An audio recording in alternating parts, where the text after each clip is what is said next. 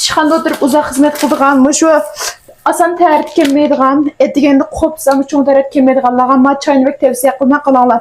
Bu nima desanchi qiladiganlar so'rab ketibsiz sana. Shu 86 manatga berib so'rasanglar, sana deydigan bir buna yupurmoq bor.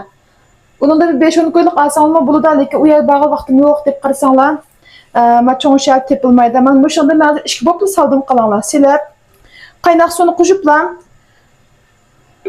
Bir yarım saat o'tgandek ichib olsanglar, etgandek kech ichib olsanglar, qo'l bo'njiq yeb ketgan tul tomoq yedigan, jiq tomoq yedigan bo'lib qolsanglar, tarifni bekishtirib cho'ng tarifga bek foydasi bor juma.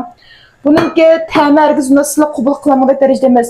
Men mush choydan 200 ishlar setib oldim. O'zim eng yaxshi ko'rgan narsa shu. Qalab baqsang bo'ldi, men unda qalayim qanasim sotmayman.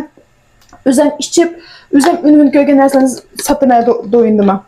Andan keyin ma choydan qaranglar. Mushta xalqda 50 ta chiqib 9.9 mo'ljan. Andan keyin buningki bir nimsa amuldar ayalash bo'lmaydi. Qo'saq bayalash bo'lmaydi. Balimtot qayalash bo'lmaydi. 14 yoshdan tuvan bola ichib bo'lmaydi. Lekin unda yuqori bola to'liqsiz birinchi raqam bolalar isi bo'ldi juma. Shu 3 gapni pek to'liq so'raysizlar.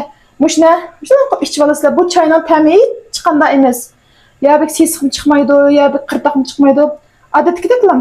Unda siz ichib qubloqlamadek emas. 9.9 mol cho'qim elib bir ichib sinab baqmalar. Mushunda o'tirib xizmat qiladigan qo'ng gimroy bo'lib ketgan bo'lib qolsanglar, mush cho'qim yo'lab qo'yaman mush choyni juma.